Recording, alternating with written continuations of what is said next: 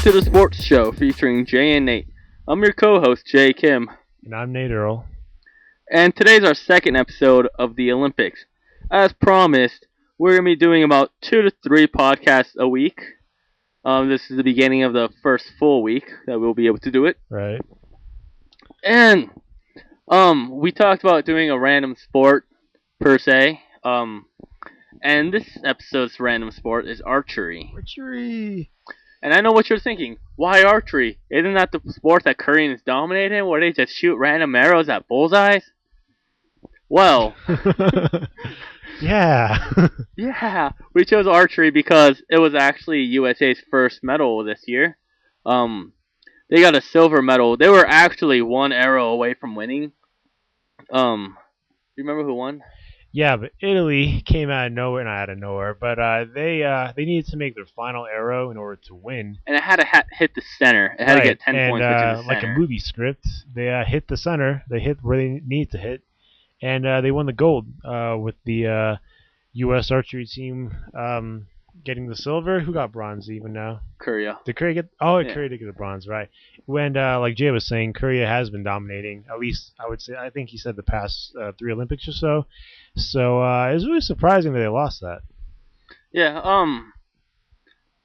USA was doing pretty well. They were, like Italy literally had to get the bullseye to win, and they just barely, like if you watch the video, they just barely made it in the 10-point range. So, but good effort.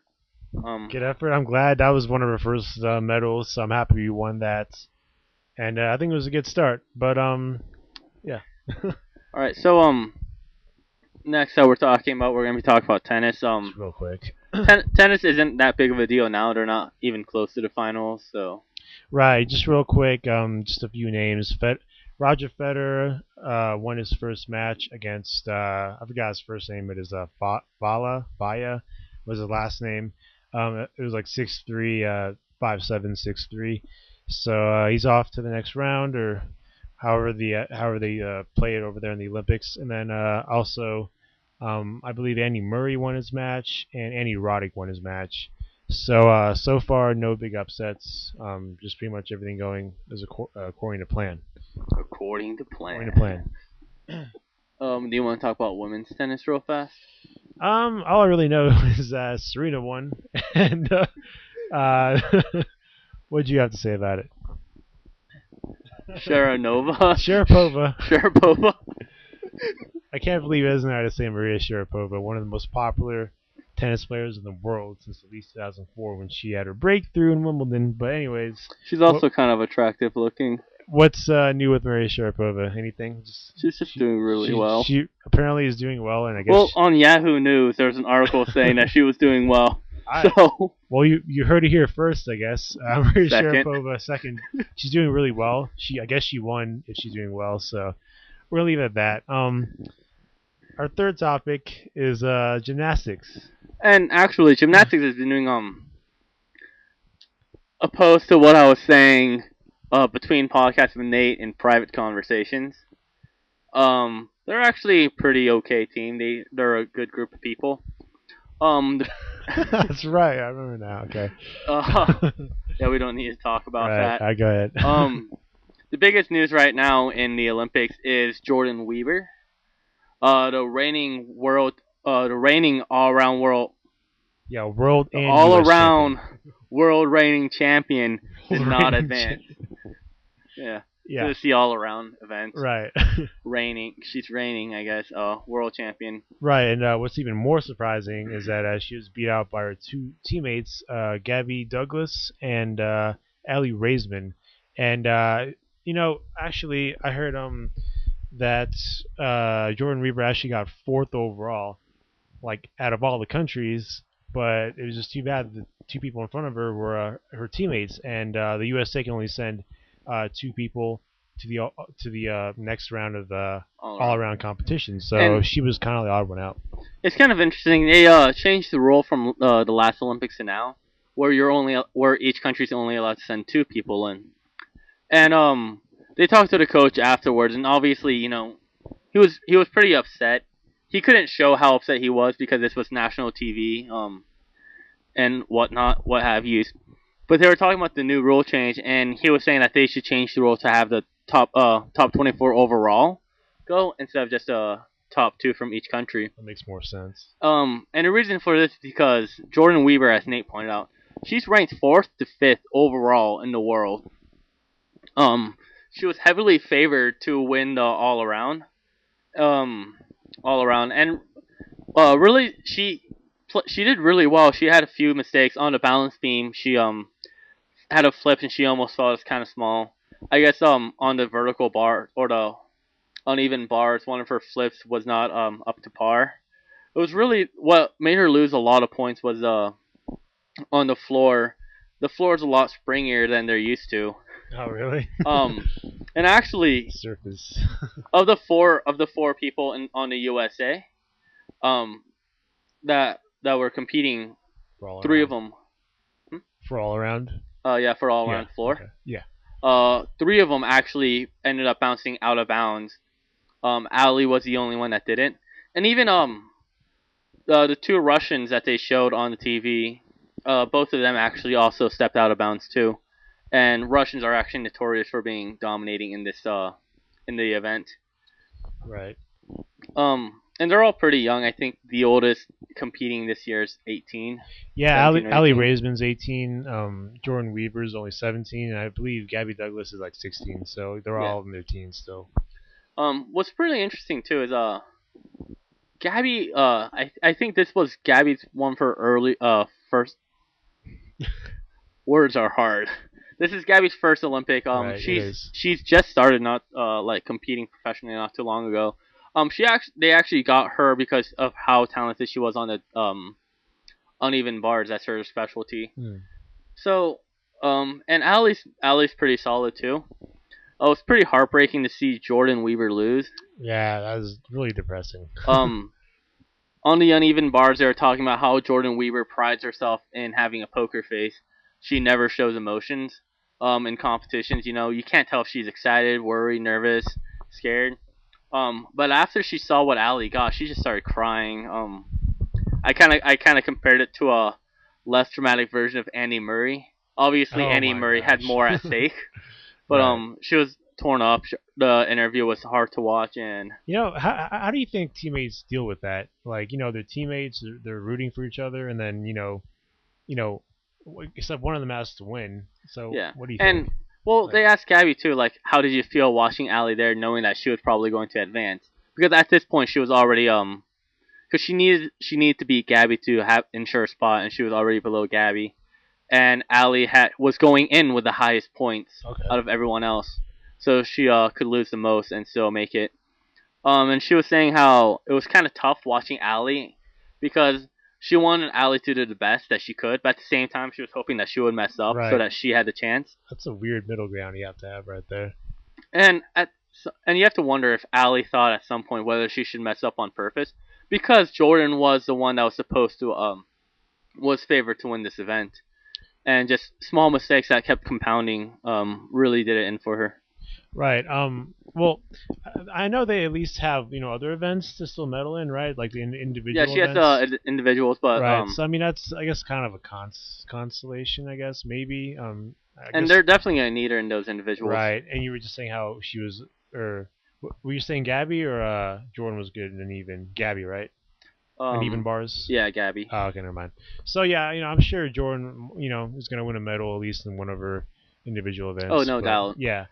What's just heartbreaking though is she's, like you said, she's 17 years old. This was her first Olympics. It very well might be her last Olympics. I mean, she could easily get into another Olympics. I was watching some of the earlier rounds with other countries, and I saw Brazil. There are 2 people that I saw were like 28 and 29. So I mean, for Jordan Weaver to come back and she's like 21, I mean, she'll still be really good. So. But then you have to remember Shawn Johnson also had to retire at 20. Right. I mean, you just never know with this sport. Nastia Lukin didn't even make the teams. She was like 22, 23. So, real quick, did you notice like the scoring system in this? Like, how they have deductions and if you use green, yellow, and red. Well, I feel like, I don't know, not so much for the women, but for the men, I noticed that all of them got really bad scores. Like, Actually, they were talking about the judges this year were a lot more harsh than they were in Beijing. I guess so, because I was like, okay, I was watching all these and they were doing some phenomenal stuff. I was like, there's no way they barely deduct anything, but I saw the score and they deduct to like almost the red range, like barely in the yellow range, which is like the middle ground or whatever. And I was just surprised, like, what do you have to do to like get green? Well, um, These people doing amazing things. So well, a lot of it's actually the way they land. You're right, supposed to land straight down. If you take a step, that's a deduction. right. If you don't complete a move correctly, that's a deduction. Stepping out of bounds is Right. obviously a deduction. I know when I don't know. one of the Russians was going, her name was Victoria Komova. Okay. Who was doing fantastic. She's 17 now, and she's just starting to mature. She used to be kind of raw, and she has a lot of heart and a lot of passion, but she's not exactly the best. Um, she got deducted almost 2 points. She only stepped out of bounds once, but she just was stepping around all over the place. Her teammate did was supposed to do a double spin, and she only did 1 1/4. Oh my gosh, it's so picky in this And game. I'm not completely sure, but I guess the judges have the choreography that you're going to do. Because I mean, each That move would has make its name. sense. Right. So like if you forget a move, or they know what move you're going to do. So if you mess one up, you can't fake it to make it look like a less harder one. Right. So I don't know, it's a lot more complicated than I previously thought. Yeah, I'm starting to realize that too. I mean, every single little move you make is judged pretty harshly. So I was just surprised about the judging and how harsh it was. I mean, the judging was different in Beijing. It was based off, I think, a 100-point system. I think. Don't quote me on that. So, yeah, I was just a little bit surprised. But you got anything else on gymnastics? Um, no, just in my personal opinion, this team's not as strong as we were in Beijing. They could have been though. If Jordan, I guess it wasn't Jordan's fault, but I don't know. If Jordan had an opportunity, I just feel like we'd be in better shape. But Well, last year they had Sacramone, Nastia Lukin, and right, Sean Sean Johnson, Johnson. and That is a pretty formidable group. they're all really good. This year they have Jordan Weaver and to an extent Ali. Um, but the other four, Well, Gabby kind of came out of nowhere, but she's doing really well, so good for her. and I didn't really see Michaela play. She wasn't playing yesterday. Right. But just a lot of them are a lot younger. They're not as experienced. Like I said, the springiness of the floor really got to them. Okay. So and it's just high pressure. It's not like in tennis where you're already playing from the entire world. So when the Olympics come, it's just another game. A lot of these people, Olympics is the biggest thing, and they're also a lot Definitely. younger too. Right. Just not used to all that pressure being handed on to them. Let's move on to our next topic, which is swimming, which is easily, well, I guess at least for this first week of the Olympics, the marquee event. So let's talk about that. Let's talk about Michael Phelps and his performance in the 400 IM, Or lack thereof performance in the 400 IM, and I was Well, really disappointed. before we with talk that. about the final, we should talk about the Oh, okay, yeah. prelims first. First of all, I mean, there's one race before the final. In the 400 plus events, 400 meter plus events, there's just one race and then the final. So in the preliminaries, I guess, Michael Phelps, he won his heat, but he was the last one to qualify for the finals. And I was watching the race, and I guess it was mainly because he thought, he won his heat, and the guy that got second, Laszlo Shea, actually was a silver medalist in the 400 and 200 IM in Beijing. So I feel like Michael would have probably thought that he was going out relatively fast, so he thought maybe if he just beat Shea that he would have qualified even more easily. But the time turned out to be really detrimental to him getting last because the heat right after that. Um, 6 of the people I think it qualified. was five, but 5. five people, including Ryan Lochte, all had faster times, and four of them, I think four of them, like three of them had 4:13, which was also Michael Phelps' time, was like 4:13.33. Four of them at 4:13, and like one at like 4:12. So or three of them at 413, one at 412, and then Ryan Lochte. So they were all just bunched up, and the guys with the guys with the 413 all had better 413s than Michael Phelps. So I was really surprised. And it kind of makes you wonder, what would have happened if Michael Phelps was in the third heat instead of the second heat? Right, exactly. And if Michael Phelps had a better lane, maybe he would have gotten a medal. I'm not gonna say he was gonna win it because Lochte was just in the zone that race, and he swam the second fastest time of all time, behind Michael Phelps' world record. So And it's kind of disappointing. This was the event that a lot of people thought Michael Phelps wasn't going to do. exactly after Beijing, he said, "No more 4 IMs for me." And honestly, it's probably the hardest race to do in swimming. Right. I mean, think about this. Each stroke, 100 meters. I mean, that's ridiculous. I mean, 400 freestyle is probably hard enough, but I mean, doing each stroke, wow. and something like the butterfly or the breaststroke, which it just requires a lot of core and it just tires you out. Michael Phelps, this is his fourth Olympic, I believe. Yeah. So he's been swimming for at least 16 years. Wow. He's not as young as he used to be, and this is just a giant toll on his body.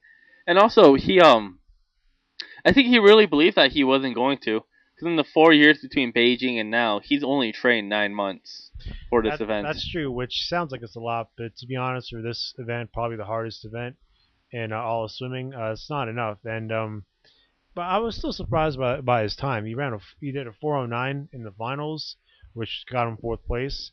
But he did do a 407 in the Olympic trials, getting second to Lochte. So I was just surprised how slow that time was compared to what he just did like 3 weeks ago. And even with more preparation and all that stuff, he still managed to swim a slow time. So And it also might be because he had the bad lane. He probably yeah, was expecting to be. I mean, middle he obviously lanes. wasn't expecting to be first, but I think he was expecting to at least, rank fourth or fifth. Right, and the guys that beat him was a random Brazilian, and it was and a Japanese guy who had the top qualifying time heading into the finals. So I don't know, it was just really, really, really surprising, Really disappointing. and Phelps had it, could easily see at least the other two guys. He had him in his sights going down the last 50 meters. I don't know. I just feel like Michael Phelps doesn't lose that way. Like I feel like if it's really close, he'll find a way to win. So it was just surprising that he wasn't able to do that this time. All right, so short tangent from swimming.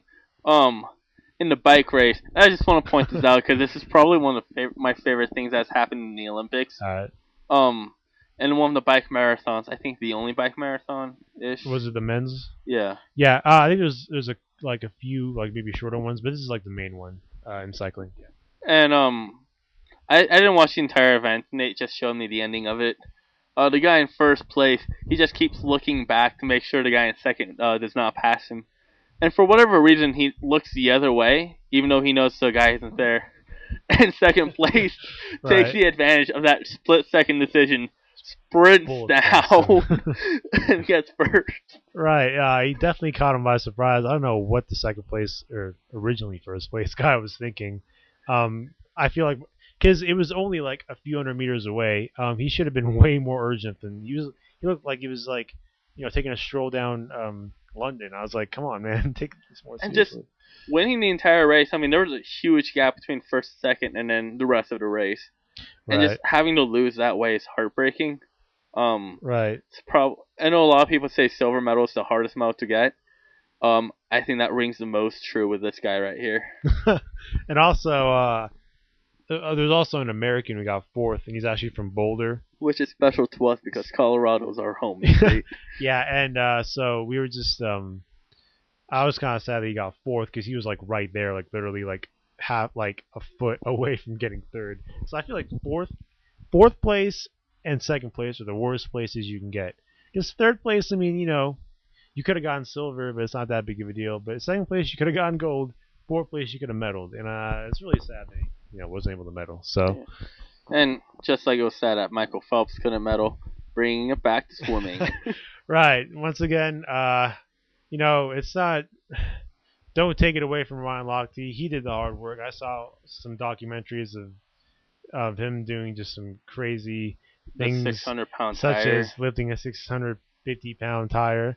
maxing out at 850 for the tire, and doing all that stuff. And And he really, put in the hard work. us talking about Phelps isn't taking away from Lochte. It's more disappointment in Phelps. Phelps definitely. I mean, no one thought Phelps was going to get a gold in this event, but No, people definitely thought he would at least right. get silver. No one would have been surprised if he lost to Lochte, in my opinion. I wouldn't have been surprised, but definitely surprised that he didn't get his gold or didn't medal.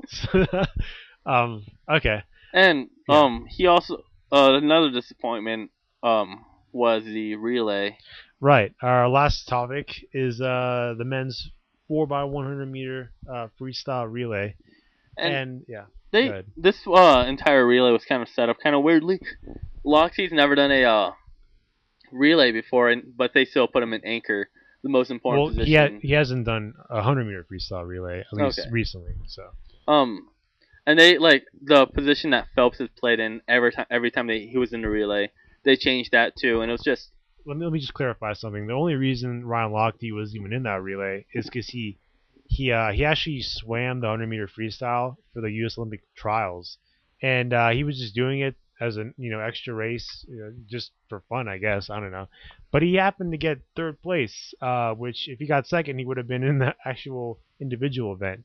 So he got third place behind Nathan Adrian and Colin Jones. So they figured, Ryan Lochte is probably one of their top 400-meter freestyle swimmers, and they put him out there, and he disappointed. So, want to just talk about how the race kind of unfolded? Or I don't know.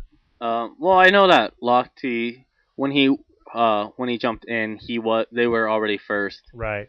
Well, basically, Nathan Adrian gave us the lead. It was Nathan Adrian first, Michael Phelps, Colin Jones, and then Ryan Lochte. Nathan Adrian gave us the lead in the beginning, and actually set a personal best time for him, going 47.89, his first time under 48 seconds. So good for him.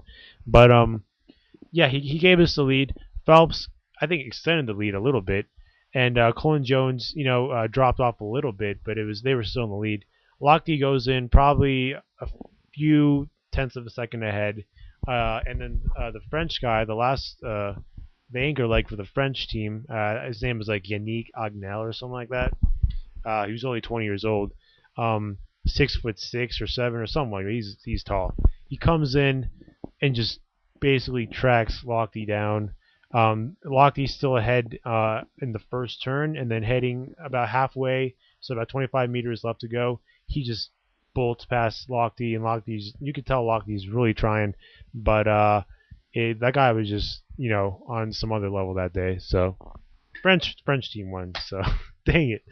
There's actually been a lot of people that just came out of nowhere and doing well. I mean, Gabby relatively came from nowhere doing well. I remember you were saying that this is one, or I read somewhere that in a race with Ryan Lochte and Michael Phelps, it's weird to think that they're the underdogs next to the Chinese man and the Korean, and it's just in one of the races. I don't remember. Was it the one I was talking about, the 400 IM? It might be. Girl, or which no, one? One of the races. I don't know. Scratch that. Oh yeah. Yeah, actually, there's a race tonight that I haven't watched yet because I'm trying not to be. I'm not gonna spoil myself. 200-meter freestyle. Ryan Lochte, Sun Yang, whatever, from China, and Park Taiwan from Korea, and Yannick Agnel, the guy who anchored the French team. They're all in the 200-meter freestyle. I'm so excited to see that race. I'm just not gonna spoil what happened because I don't know what happened, but I don't want to see that. If you know what happens, you might as well spoil it now because this is going to go up afterwards, after the actual event. But I don't want to know yet. Oh, you don't know? I don't know yet. Oh, I thought you did. No, but that could be the one you're talking about. Yeah. I don't know. Yeah, it's just watching swimming and later when we were watching track and field, it's kind of weird to see that no matter how hard you push yourself, if you weren't going to win the race in the first place, you're probably not going to win. I was thinking of the Usain Bolt race where he didn't even press for the entire race and he just still creamed everyone. And it's a lot different from the other sports that you see, baseball, soccer, football, basketball, just not even sports in the Olympics, but in general, where even if you're the underdog team, there's still a chance you can win if you try hard enough if things go your way. Right. And these races, they don't necessarily work that way. Right. Swimming's a different animal, I guess, in that sense. Also, I like to bring up the point that the French team, obviously the French won the 4x100 meter freestyle relay this time. But if you all remember, 2008 Beijing, the French got second after after they were ahead. They were ahead going to the anchor relay. Alain Bernard was the anchor relay for the French, and he actually won the 100 meter freestyle. So he goes in. Jason Lezak for the U.S. goes in right after him, and you're like, there's no way Lezak catches him. I mean, Bernard, because Bernard, 100 meter freestyle champion for the Olympics, I think he had the world record at that time, and Jason Lezak catches up to him at the very end, and after the French, spoke, all this trash talk to the U.S., kind of bit them back in the butt. So I think, I don't know, maybe it was a little bit kind of like a revenge thing. Maybe the French just got us back again because they were supposed to win last time. Not gonna lie, they probably should have won that race. But Jason Lezak had the leg of his life. He won 46 flat, which is way over the world record. So yeah, I don't know. I think maybe it was some karma, or this was supposed to happen. I don't know. So French coming back strong, I guess. And before concluding today's episode, I would like to give you 2 trivias about the Olympics. Nice. This is the first time that women will compete in all 26 sports, including boxing. This is the first year that women's boxing has been in the Olympics. Nice. Oh, real quick, I don't know why this keeps happening, but I keep talking to people about the Olympics, and they always ask me, "Oh yeah, the Olympics, cool, right? How many sports are there? Like 300?" And I'm like, "No, there's like 27 sports. Where'd you get 400 from? It'd take you probably the whole year to do the Olympics if there were 400 sports." Anyways, go ahead. I was like, "What in the world?" That is kind of. I mean, the Olympics is only 17 days, which also. The conversation we had about football being in the Olympics, I think this is the biggest reason why you can't fit more than 2 games in a 17-day period for football. I never thought about that, but we probably wouldn't need probably just cream everyone every single day. I don't know. I mean, with the new rules in the NFL, with you're only allowed to practice with pads twice a week. Right. I think that's right. Even like during practice, you're still not playing 100%. And just I think playing more than 2 games in those 17 in that 17-day period would just be brutal. Wouldn't even matter. Our marginal players would beat the living snot out of anyone else. But for now, yeah. But what happens when the other world gets better? Just food for thought. Not gonna happen. Anyways, go ahead. Sorry. So women will compete in all 26 sports, including boxing.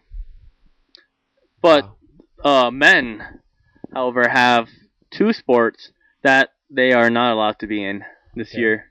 All right. There is synchronized swimming and rhythmic gymnastics. Okay. Well, that's probably for the better. And actually, there's been a lot of controversy. I guess synchronized swimming for men's synchronized swimming in recent years have been increasing. And then there's people talking about there's not enough men play for the gymnastics one, in which people will argue, well, if you have it as an event, then people will obviously start doing it because they want to go to the Olympics. That's interesting. So I thought that was pretty interesting. Another interesting thing, apparently, according to Yahoo, the women's Dutch field hockey is the hottest team. I've seen these pictures. It's pretty legitimate. But yeah, I don't know. I didn't field hockey. What? I don't even know. I mean, I guess like in an event where they have gymnasts and swimmers and trackers and tennis, which a lot of people say women tennis players are the hottest female athletes, next to maybe some soccer players. Right. That this field hockey, which I didn't even know existed until I read this article. Right. Same here. No idea. Has the hottest female. So I thought that was fun trivia. It's hilarious. Oh hey, look. And it's written by Chris Chase. Oh, okay. Inside joke. All right. So, you've been listening to the Sports Podcast featuring Jay and Nate. I'm your host, Jay Kim. I'm Nate Earl. Thanks for listening.